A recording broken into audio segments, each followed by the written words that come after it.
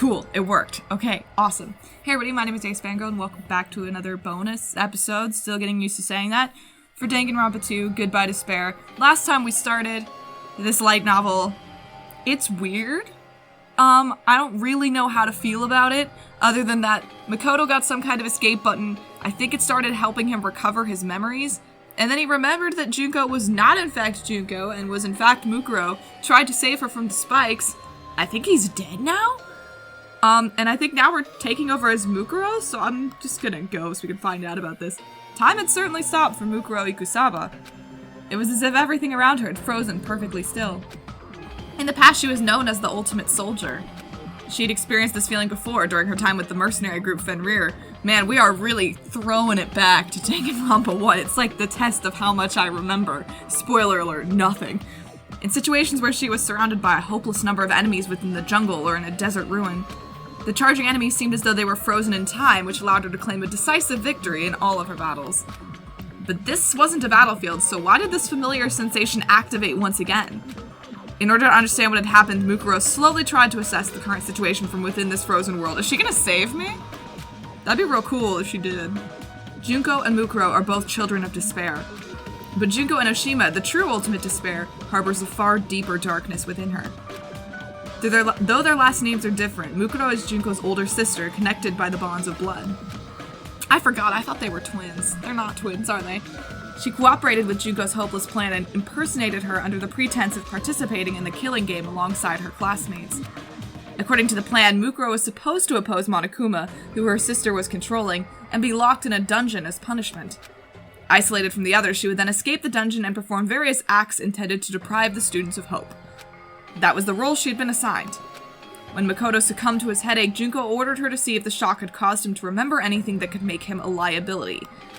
He woke up as she was tending to him, so she made small talk with him, but she didn't notice any change in his behavior. Until this point, she was certain there shouldn't be any problems. Nothing could possibly go wrong. She stomped on Monokuma like her sister ordered her to do, and flawlessly spoke the lines she was taught to memorize. Afterwards, she would fall through a trapdoor into the dungeon and remain isolated from the other students. That was her role. She hadn't done anything wrong. There were no problems. There were no problems. She repeated that to herself over and over like a silent prayer. But in that frozen moment in time, what she saw was not a trapdoor, but countless spears. One of them had skewered Mukuro through his side. Why?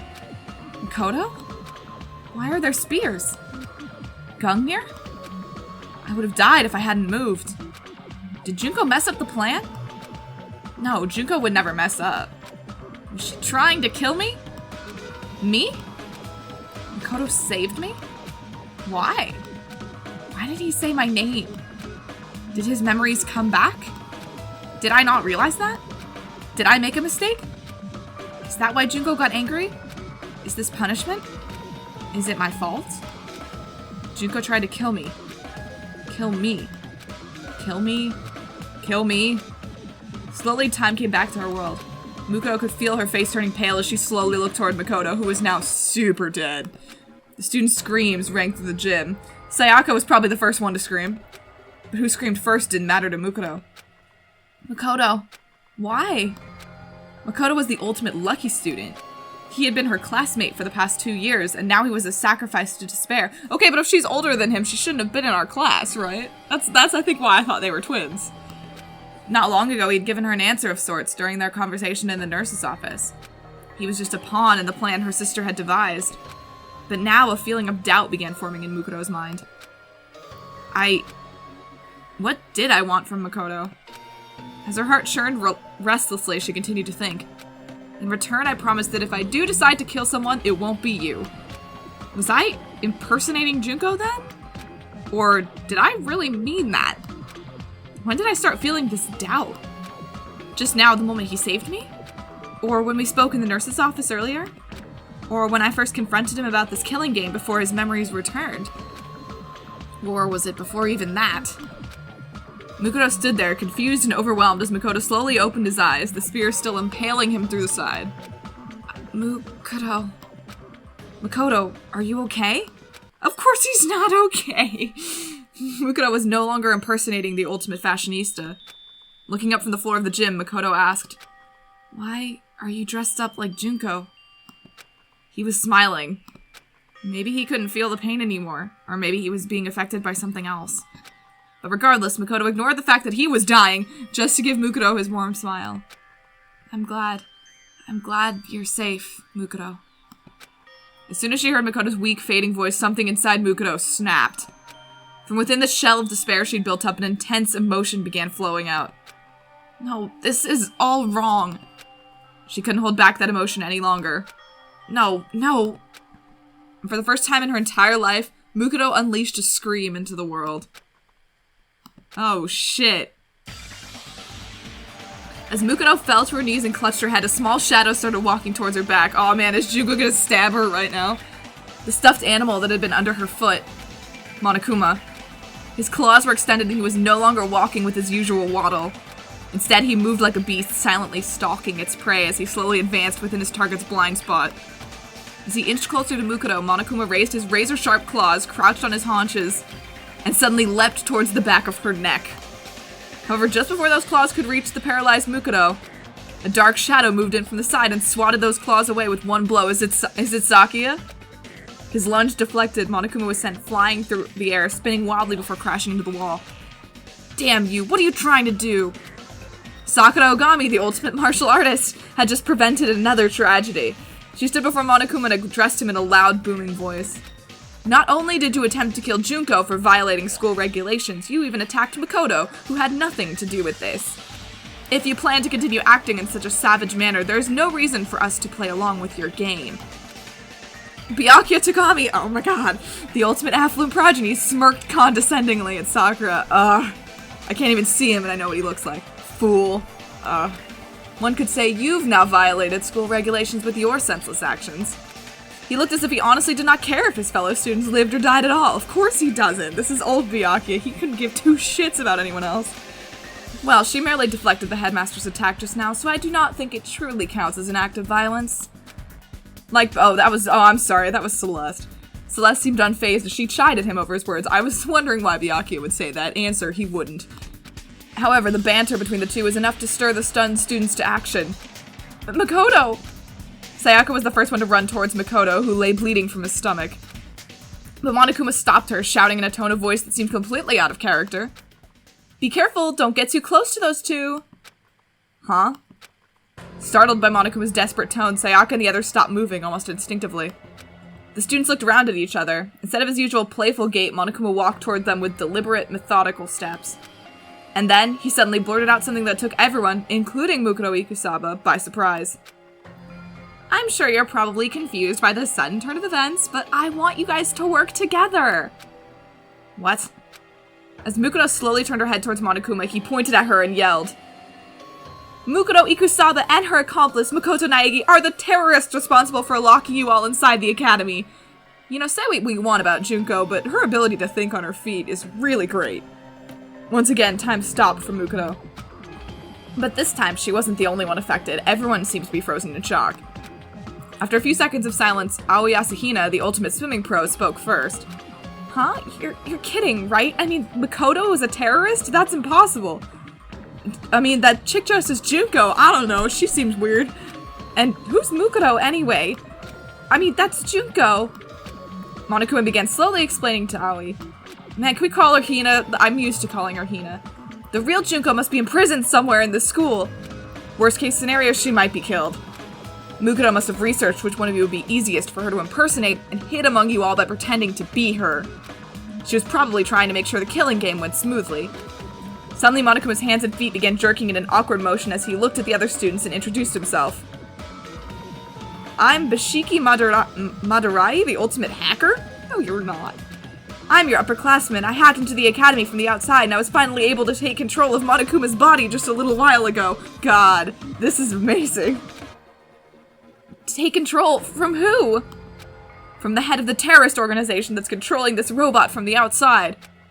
What? What are you saying, Junko? Mukuro trembled as she heard the words coming out of Monokuma's mouth. For a brief moment, she clung to the hope that her sister wasn't trying to kill her, but as soon as that hope was born, it was immediately consumed by despair. Junko had the power to transform hope into despair. She would never let anyone hack her that easily. There was only one explanation. Junko Enoshima was pretending to be someone named Beshiki in order to frame Mukuro and Makoto. It was as though Junko was using Mukuro's survival as a branching path to lead the students to a different despair. Monokuma continued talking, telling the students more lies designed to prod them to action. On your first day at Hosting Academy, you guys were exposed to sleeping gas, knocked unconscious, and taken hostage. Mukuro and Makoto are probably the only operatives that the terrorists sent inside the school. That means they probably know how to escape from here. And then Monokuma turned to face Mukuro. Mukuro Ikusaba was a member of a mercenary group called Fenrir. She's a wanted criminal who's killed over 10 people associated with the school. So don't get soft and think you can capture her alive. In fact, that's exactly what the cops told me, so the moment I saw an opening, I tried hacking the trap they set and tried to kill her. But what about Makoto? Monokuma gave a cold and motionless answer to Sayaka's question. My guess is that a measly little ultimate lucky student didn't stand a chance of defying a group like Fenrir. He was probably threatened and forced to cooperate before you entered the school. Or, judging from his earlier actions, maybe Mukuro seduced him. Sayaka's face went pale when she heard that answer, and she immediately stopped talking. Aw, no. My girlfriend. Mukuro raised her head and shouted, "Where the hell is Kyoko? Kyoko should be fixing all of this." You're wrong! Makoto isn't a terrorist! You all have to believe me! The whole gym fell silent. And then, as if he was speaking for everyone there, Taka stepped forward and nervously asked, Hold on, what do you mean Makoto isn't a terrorist? Oh shit. It sounds like you're saying that there's no doubt that you, in fact, are a terrorist.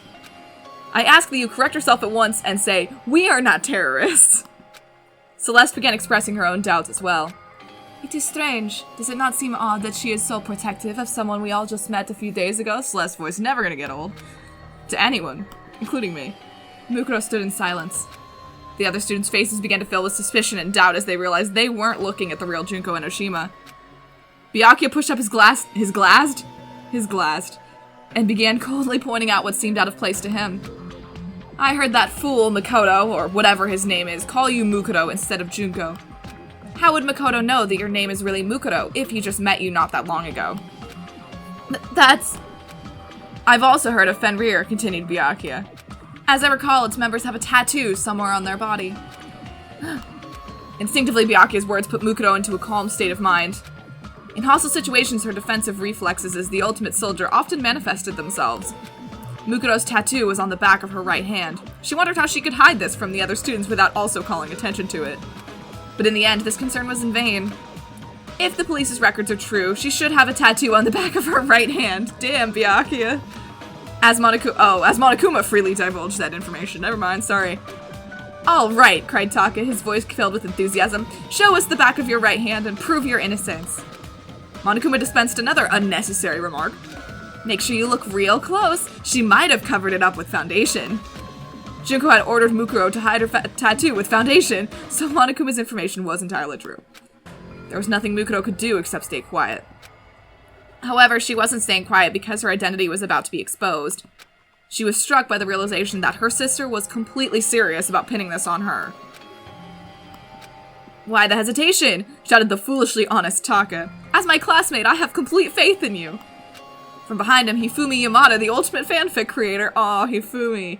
Murmured to himself as cold sweat ran down his cheeks. Well, look at that. I guess this is what they call a checkmate, huh? Why don't you just fess up already, you fucking bastard? In contrast to Hifumi, Mondo Owada, the ultimate biker gang leader, was royally pissed. However, there were some students who were busy questioning Monokuma instead of Mukuro.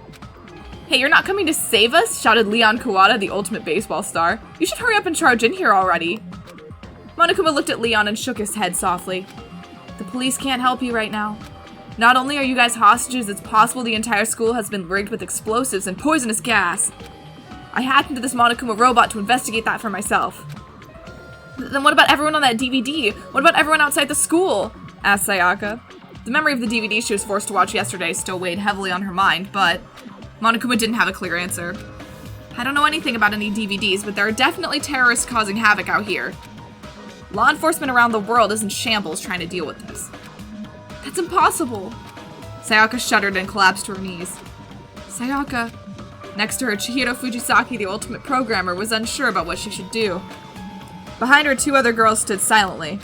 The first was Toko Fukawa, the ultimate writing prodigy.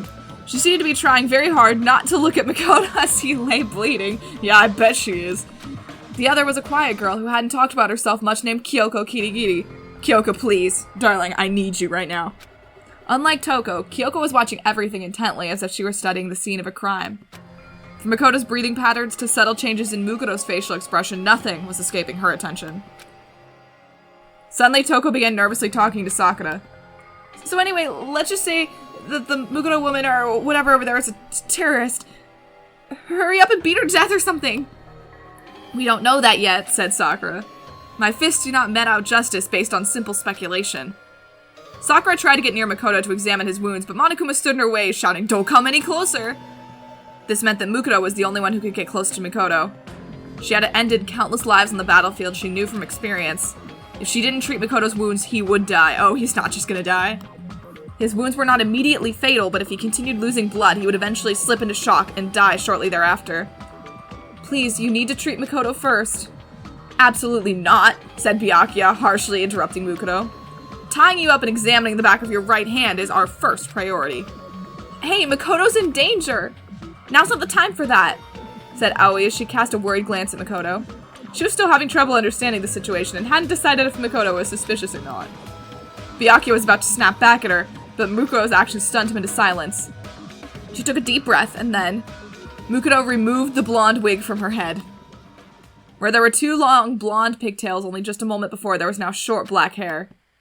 She cleared her face of all emotion, and when she spoke, her voice rang throughout the gym. I'm not Junko Enoshima. My name is Mukuro Ikusaba. The student stared wide-eyed at her open confession. I thought that said confusion, and I was like, she's not confused. All she did was remove her wig and clear her emotions. But in doing so, the person the students had recognized as Junko Enoshima vanished from their sight. The terrorist that had taken her place continued to speak in a calm, stoic tone. I helped lock everyone inside this academy. The confession on a seaside cliff moment has finally arrived, Hifumi blurted out, sorry. What? Wigs are against school regulations, Junko. I mean Mukuro, shouted Taka. As if stirred by their cries of excitement, the other students began clamoring among themselves. Huh? Said Yasuhito. So Makoto's wounds are, like, real? Does that mean the stuff about terrorists and whatever is all real too? So everything that's happened these past few days wasn't a bunch of staged events? As the reality of the situation began dawning on Yasuhiro, all Leon could say to him was, shut the hell up. Byakuya just remained calm and addressed Mukuro in a condescending manner. What does your group want? If you were after money, you would have already tried to negotiate with me. Of course, I'd rather let them die than surrender to your ransom demands. Our purpose is to fill the world with despair. Byakuya scoffed at this notion and began to speak once again. I see. Monokuma said something similar, so that ideology is what fuels your terrorism. It's true, if you did say anything to me, you would certainly fill the world with despair. But obviously, that would be impossible for you. Oh, if you did anything to me, not if you did. Okay, yeah.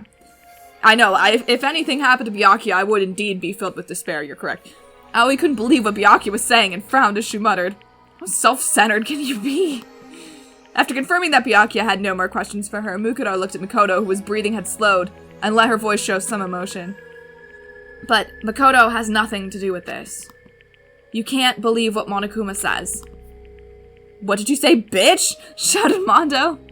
I don't know what the hell you're talking about. You're a terrorist, just like Monokuma said. Mukuro looked away from Mondo and continued speaking. That's true, but Makoto isn't involved at all. Celeste coldly brushed her objection aside. I do not think trying to protect him will do you any good. After all, we all heard Makoto call you by your real name. That's coming from Celeste, who hasn't told anyone her real name. That's pretty funny. She had no words. There was nothing she could say to protect Makoto. Even though Makoto was truly innocent.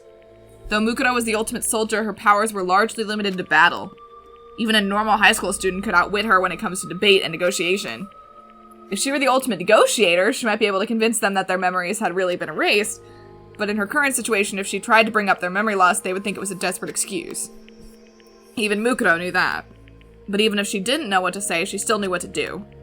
Right now, we need to treat Makoto first. And then she started walking towards Makoto as if nothing had happened. To the others, it seemed like Mukuro had decided to abruptly change the subject. Hold it, we will immediately take Makoto to the nurse's office for treatment. However, we must tie you up. This was Sakura's honest demand. But there was no way Mukuro could accept it. If she was separated from Mukuro, there'd be no telling what Monokuma would do to him.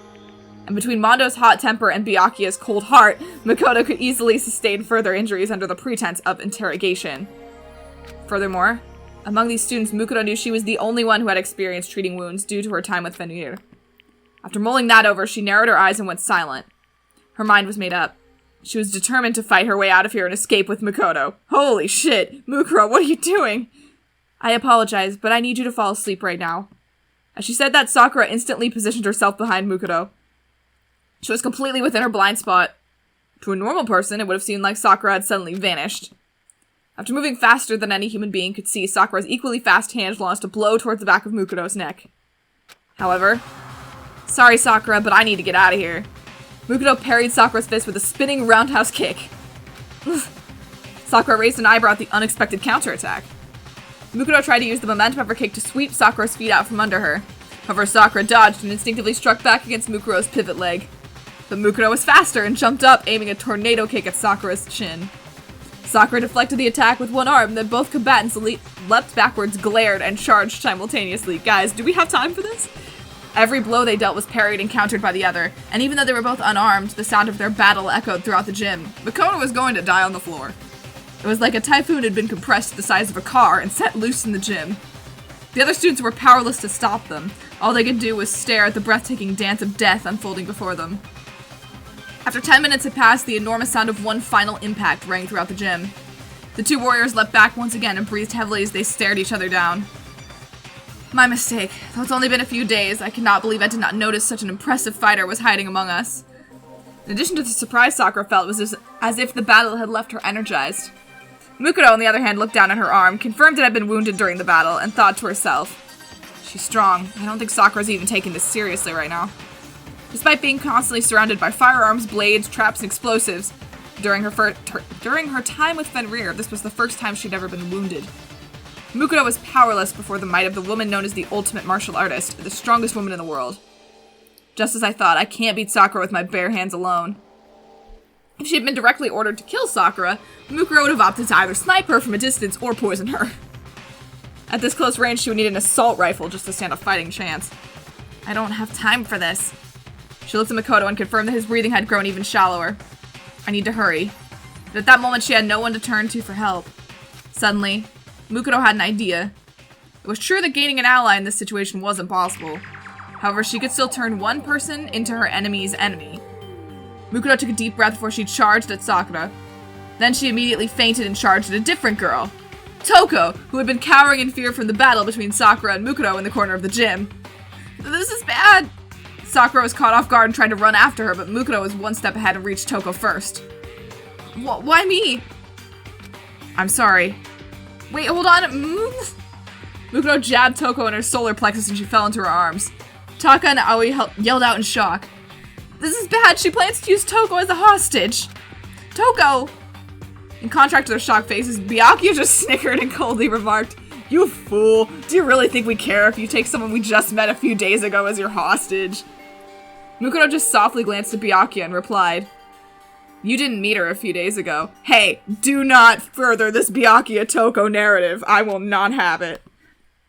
What did you say? You met her 2 years ago. Byakuya scowled. Mukuro ignored him and held her bloody arm in front of Toko's face. That's what I thought she was doing. She's awakening the serial killer. And then she yelled into her ears. Wake up, Genocide Jack! I'm calling her Genocide Jill because I prefer it. It seems so random and out of place. Why would Mukuro mention the name of a notorious serial killer right now? The students looked at each other with confusion when suddenly, Toko, who had been groaning in pain, suddenly kicked off the floor of the gym with renewed vigor. She leapt into the air much higher than any normal human should have been able to. While hovering several meters in midair, Toko twirled faster than a professional figure skater. This caused her skirt to flutter, revealing multiple pairs of sparkling scissors. Countless tally marks were scratched into her legs like a kill count carved into a fighter jet. If not for this situation, Toko's glamorous jumps and spins would have been a sight to behold. The girl formerly known as Toko Fukawa cackled wildly, her red eyes sparkling as her absurdly long tongue flopped out of her mouth. Thank God we recognize that. You called for me and so I appear. I've got a murder IOU for YOU. Oh, I'm not doing the Toko laugh, only she can do it properly. Genocide Jill, I'm sorry. The situation had changed so drastically that even Sayaka, who was silent until now, spoke up. Hey, you flash in the pan. Don't treat Genocide Jill like that depressing little four eyes. That dirty girl doesn't bathe herself at all, so I gotta put in 5 times the effort to rub myself down in the shower. Eek! Toko's sudden change in personality sent the students clamoring among themselves. I love Genocide Jill. Hey, Leon yelled, what the hell does that mean? Monokuma just shook his head. There are some things even I don't understand. The students continued to panic at the strange turn of events. Toko, now calling herself Genocide Jill, took out a set of scissors from under her skirt and snipped them with glee as she looked around the gym. Huh? Man, it's been a while since I got to stretch my legs. So, what were you guys gonna do here at the gym while I was snoozing away? Have an orgy? I understand, I totally understand. You guys need me to cut up your clothes so you can feel even naughtier. Yeah, right, why the hell would I do that for you dumbasses? My scissors are only meant for cutting the supple, tender flesh of adorable boys. Genocide Jill was causing a ruckus, but when she saw Mukuro laying on the floor, she tilted her head once again. Huh? Big Mac, you're like totally about to die. What's the deal? Did the world fill you with so much despair that you all came here to commit mass suicide? That's so hot. But why are you starting without me? Toko, cried Aoi, get a hold of yourself. Genocide Jill ignored Aoi and let her emotions run unchecked, jumping and dancing with excitement as she held her scissors. I love her. I'm so happy that she's here. Ah, jeez, I wanted to stab Big Mac's side myself. This spot right here where the ribs are kind of showing already. He's not even screaming right now, though. What does that mean? Oh, well, maybe I can just get used to this feeling of alienation instead. I have no idea what's going on anymore, shouted Yasuhiro. This is all the aliens' fault. Yasuhiro buried his head into his arms, but no one was paying attention to him. The student's attention was entirely focused on Genocide Jill. Using that to her advantage, Mukuro began sneaking over to Mikoto. As she cautiously picked him up, she confirmed that his body temperature was starting to decrease. I can still make it there in time. Though she was carrying another person, Mukuro managed to soften the sound of her footsteps as she ran for the gym's doors. By the time the students heard Mukuro open the door, it was already too late. She had managed to escape the gym with Mikoto. However, not everyone was unaware of what Mukuro was doing. Monokuma saw her movements out of the corner of his eye, but chose not to tell the students. And one other person, Kyoko Kirigiri. She saw Mukuro carry Mikoto away, but did not inform the others as she watched them leave in silence. As everyone wrestled with their own personal thoughts and speculations, Hope's Peak Academy began walking a path towards a completely different chaos.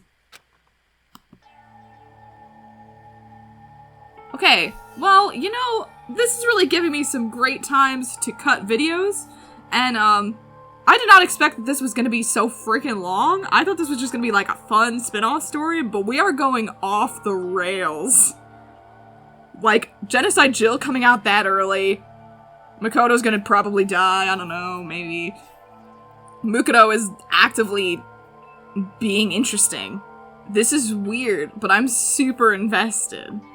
I can't wait to see what happens. I mean, I guess we're gonna make it to the nurse's office and we're gonna have to figure out what's going on here. But I guess we're gonna do that in the next one? Because this is super long. Okay, well, I guess that's gonna happen. Island mode can wait a little bit longer. And, sounds good. I'll see you in the next one. See you then. Bye!